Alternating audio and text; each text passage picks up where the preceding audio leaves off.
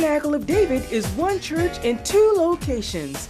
Join us for high praise and worship and a powerful word, ministered by Pastor Larry M. Trice Jr. every Sunday at 11 a.m. in Lansing at 2645 West Holmes Road, Lansing, Michigan, and Sundays at 3 p.m. in Albion, located at 13387 29 Mile Road, Albion, Michigan. Tabernacle of David family and friends. Together, we advance God's kingdom through excellence, diversity, and empowerment.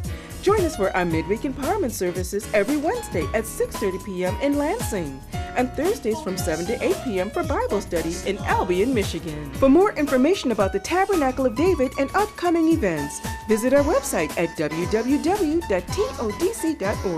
or like us on Facebook. Just type Tabernacle of David Lansing or call area code 517-882-6866 extension 226. We look forward to hearing from you. Okay, Genesis 17, 15 through 19. Genesis 17, 15 through 19. Genesis 17, 15 through 19. And God said unto Abraham, as for Sarai thy wife, thou shalt not call her name Sarai, but Sarah shall be her name. And I will bless her and give thee a son also of her.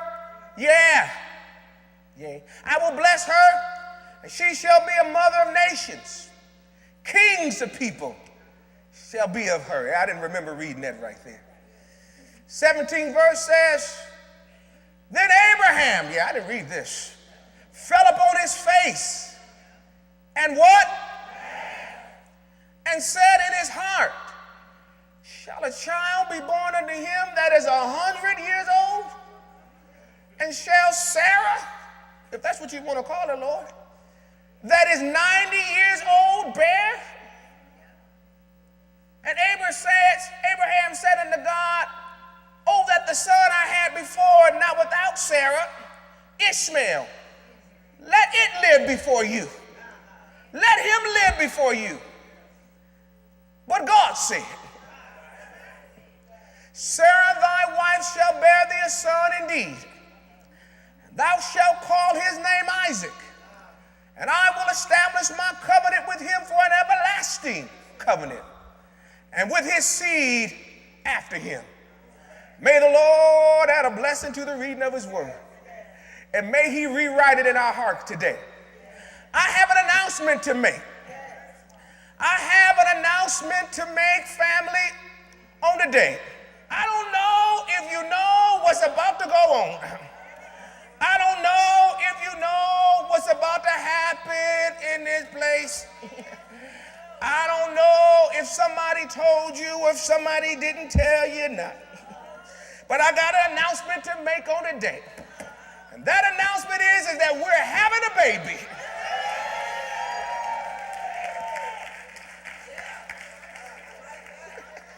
Look at somebody and say, we're having a baby.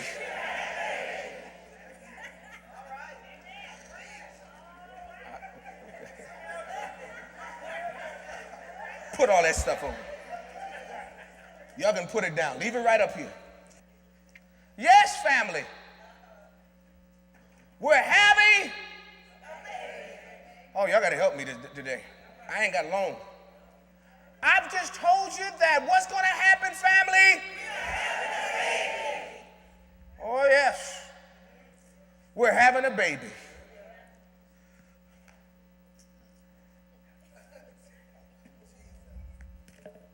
Matter of fact, more than one baby's coming.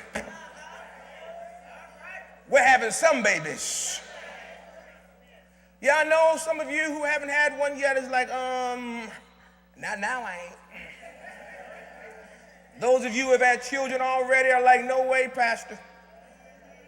And there are those of you who are past childbearing, I said, I wouldn't have one if I could.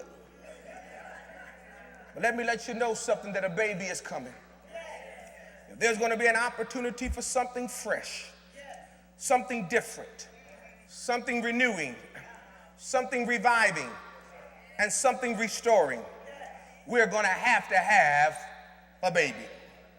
There is a desire for growth, desire for change and transformation and reproduction and repopulation, even in this house. It is possible, but it can only happen with a baby.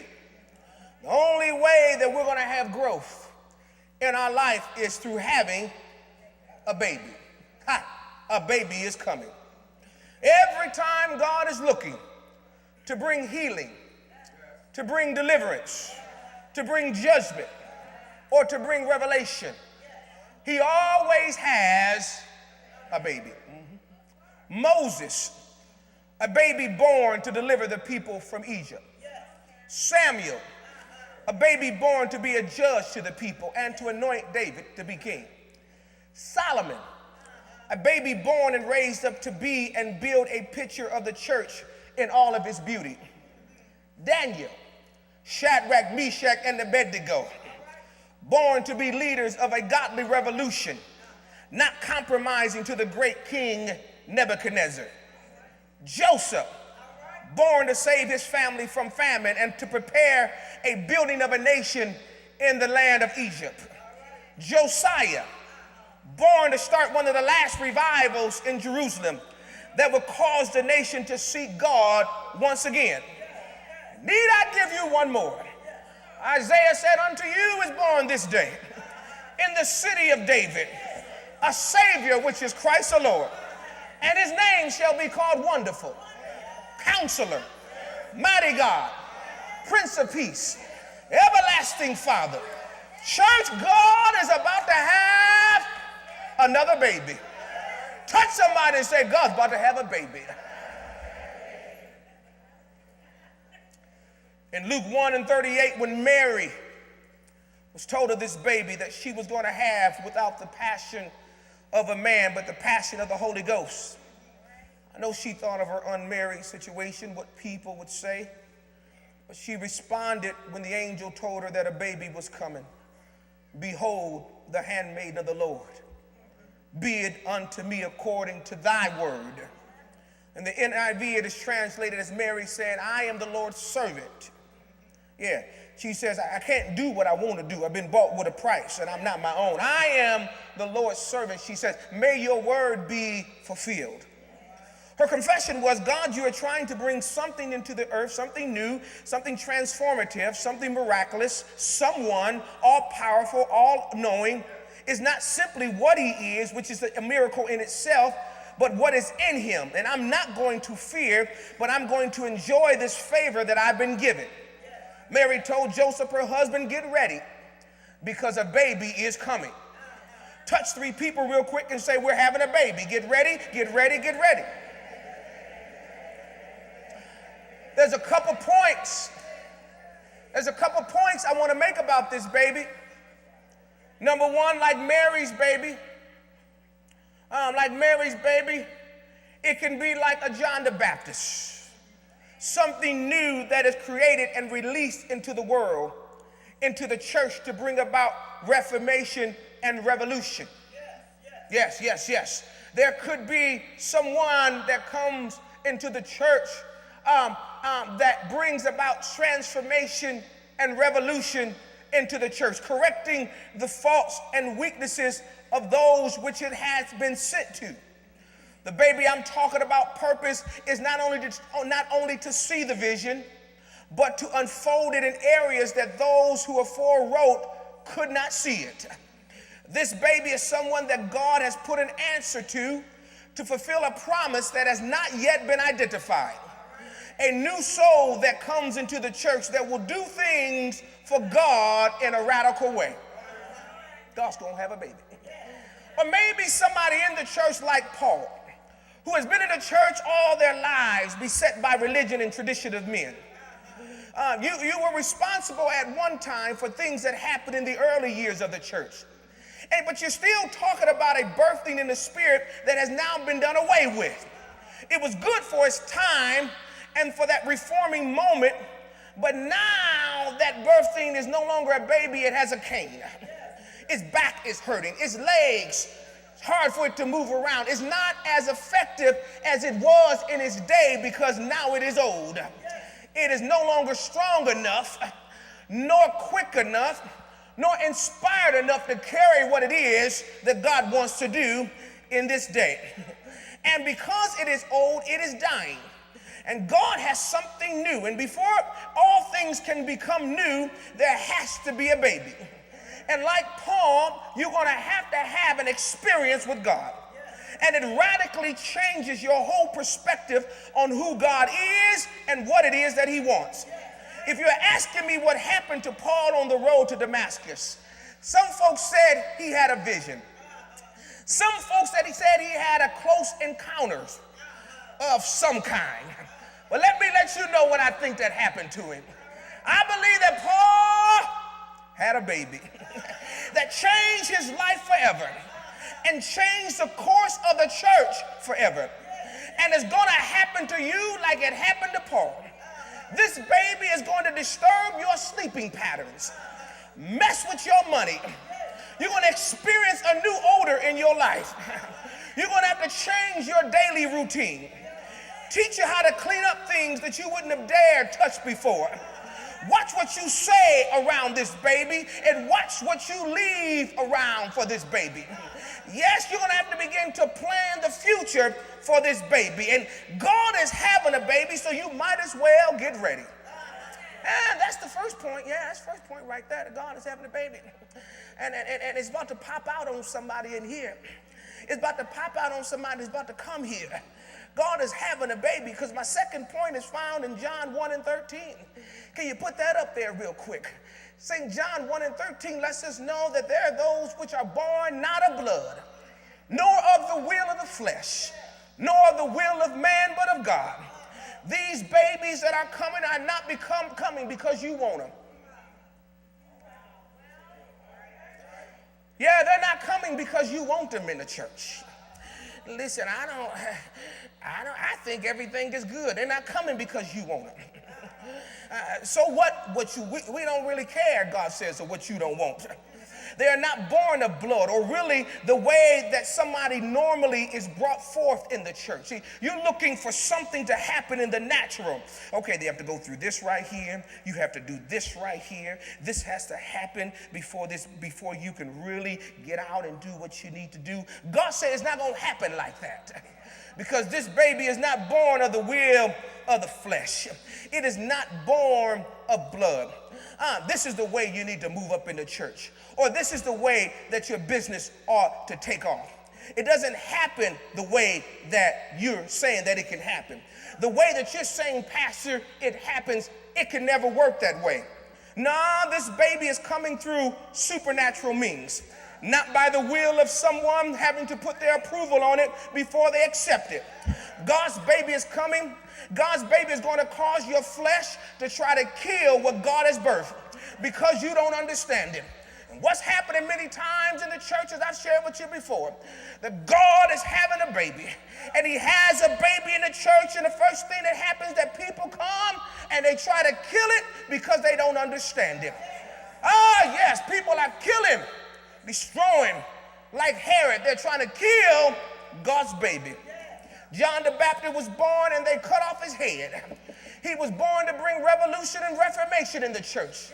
But they hated God's baby because God's baby made them uncomfortable about the things that they were doing. Yeah, see, they're walking around in them suits. They're walking around in them bow ties. They're walking around looking fresh and anointed. But God raised up somebody who didn't dress like them. Somebody who didn't eat like them. Somebody who didn't talk like them. Somebody who started a revival in the church that began to put them at ease and put them at a place where they were now not at ease with what they were doing. Let me let you know that God is starting a revolution in the church, where he's raising up and bringing people in the church that's going to start causing church folks not to be comfortable anymore. Time out for us having church like we used to. Time out for us doing things like we used to do in church.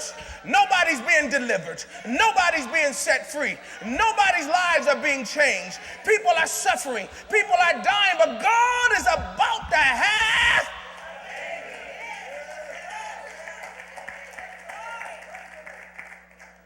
Yes, you can try to kill it.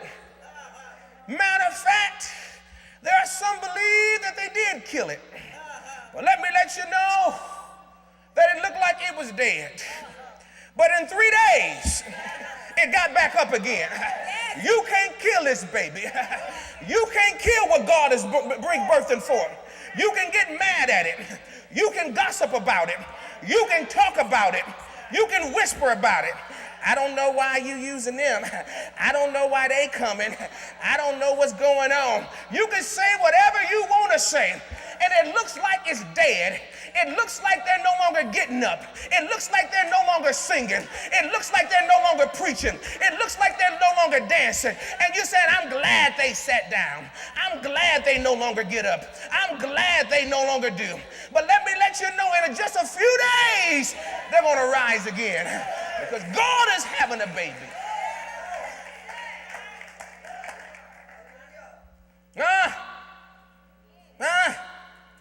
You still with me, family? Yeah, I know this is deep, but stay with me. God is having a baby because with new life, reproduction will never come unless there is new life. No matter how anointed or good we are, should God delay his coming, you and me are going to die.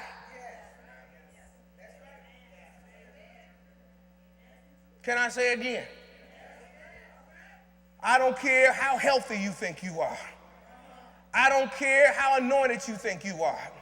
I don't care how great you think you are. I don't care how many times you confess it. Sooner or later, you and me, should God delay his coming, we are going to die. And if you've not been passionate, nothing new will come forth. Nothing new will reproduce. If the church has no passion, nothing new will come forth.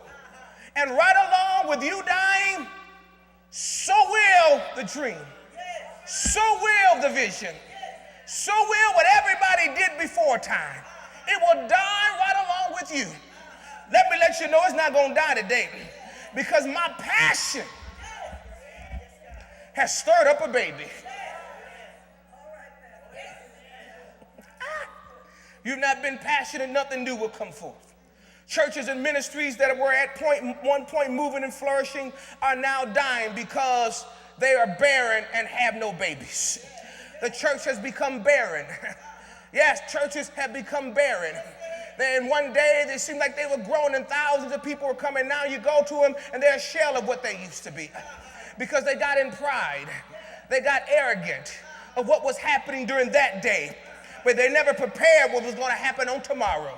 They didn't have any children. They had no passion to prepare themselves for how to perpetuate the generation, how to perpetuate what's happening today and keep it so something will continue for tomorrow. Church has become barren, and we don't have a problem with it. You know why? Because we want to stay cute. Sarah had her beauty. Sarah had her shape, but Sarah had no child. Oh, yeah. You know, she was cute. And that's what the church wants to be, cute. You don't want to have a baby if you want to stay cute. Mess up them nice dresses you got on. Mess up that waistline. Oh, yes. The church is too pretty to have babies today. Church wants to seem like it's too perfect. Church wants to seem like it's too clean. Come to our church where everybody is right. Come to our church where everybody is. We teach holiness. Come to our church where we don't have all those problems. Come to our church. The church is too cute. But let me let you know, church, you might be cute, but you're barren. You might be cute, but you don't have any children. You might be cute, but you don't have anyone. And the church, like Sarah, was willing to let someone have the child for her because she had no passion. We don't mind letting somebody else deal with the babies, but we don't want to deal with them. We don't mind letting somebody else deal with the knuckleheads because we don't want to deal with them. We don't want to try the new ideas. We don't want to deal with the alcoholics and the problems and the people got all the bad. We don't want to deal with them babies because we want to stay cute. And so we rather give them to Hagar and say, listen here, you had a baby. And listen here, I just act like it's my baby. But God said, no, you won't have the baby. Put somebody and say, you got to have this baby.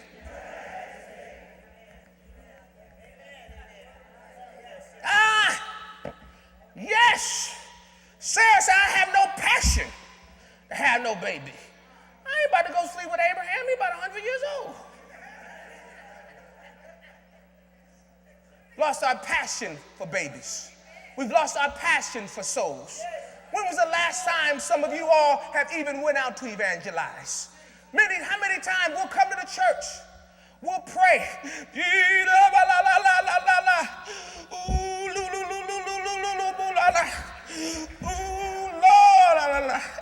Hey, ooh.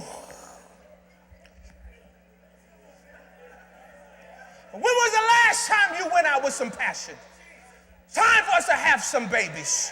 The church is praying, but the church is not intimate. The church is praying, but there's no close encounters. There's no intimacy. There's no romance in the church. And so there's no babies in the church. And churches are dying all over the world because the world has more pleasure than the church has. Yes. I believe it was Isaiah that said that the children of the heathen children are bearing more than those who are in the church that are bearing. Yeah, I believe that's what it says in Isaiah. It says that, he says, cry out, O barren women. Because what's happening is they're getting more people in the world to get involved than we're getting in the church. And we can keep talking about the weed houses, and we can keep talking about the clubs, and we can keep talking about all the stuff we're talking about, but some sort of way they're making babies and the church is not, because we've lost our passion. But let me let you know, my passion is coming back. I'm about to have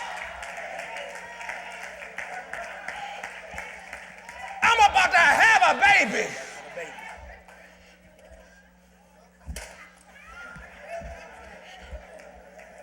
Yes, about to have a baby. About to have a baby. Oh, yes. Women don't want to have babies because they don't want to get ugly.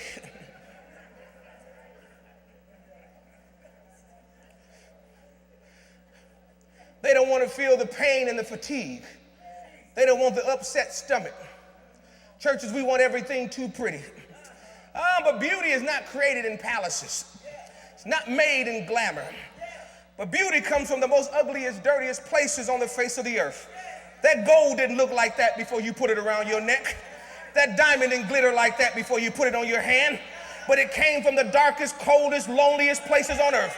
You know that something beautiful is about to happen in the church when things get ugly. And God is saying things haven't gotten ugly enough yet. Things haven't gotten bad enough yet. You think things are bad? God says it's when things get ugly, that means a baby is coming. When things get bad, that means a baby is coming. When that nose starts spreading, that means the baby is coming. When they said,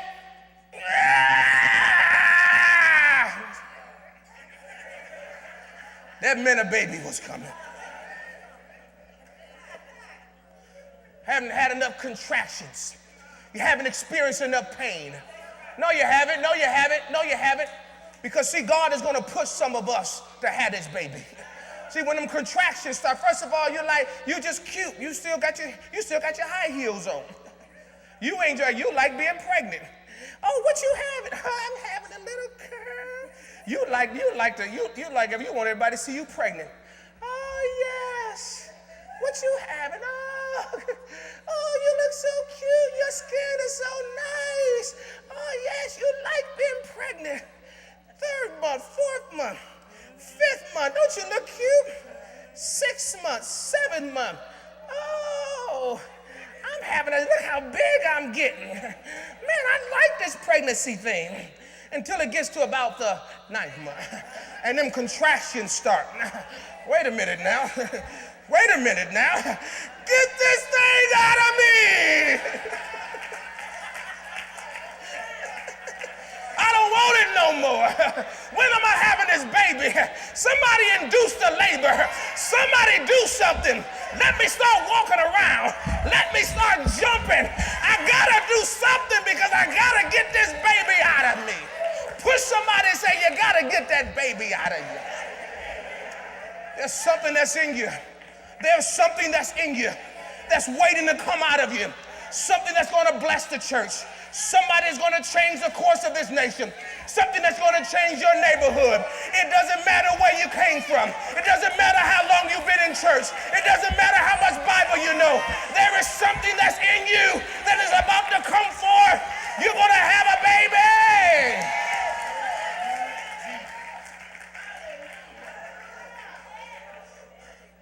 Oh, I gotta go. I gotta go. Men. Somebody shout men. I'm talking to the men on the day. Abraham wanted to give his inheritance. Sarah wanted Hagar to have it. Abraham wanted to give his inheritance to his faithful servant Eliezer. And it looked like the right thing to do. He was faithful. He said, this is my son. God, this is good. I'll just give it to him. It looked like the right thing to do, men. But what might be right, brothers, what might be a good idea, men, is not always a God idea. Men, many times we want things our own way. We so prideful, we got so much ego and so much stuff in us. It's gonna be our way or no other way. But God is telling you today, he don't want it your way. You're not going to give your inheritance to somebody else. You're going to give your inheritance to the person that you birthed. You're going to give your inheritance. You're going to give your wisdom. You're going to give your giftings. You're going to give. Come on. You're going to give the things that make you who you are. Your identity. You're going to give it to your own child. You're not going to give it to somebody else. There's somebody that you're going to birth out. And God says they're going to begin to carry your name. Stop trying to trade up with God and try to cause him to accept something that he never orchestrated in the first place. We hope you enjoyed today's message. We invite you to join us every week with Pastor Larry M. Trice Jr. for an empowering word that will leave you changed, charged, and challenged. If you would like a copy of today's message and to learn more about other spiritual growth products, call area code 517-882-6866, extension 232. For upcoming events at the Tabernacle of David, call the administrative office at area code 517-882-6866, extension 231, between the hours of 9 a.m. and 3 p.m., Monday through Friday, or visit our website at www.todc.org or like us on Facebook. We look forward to hearing from you.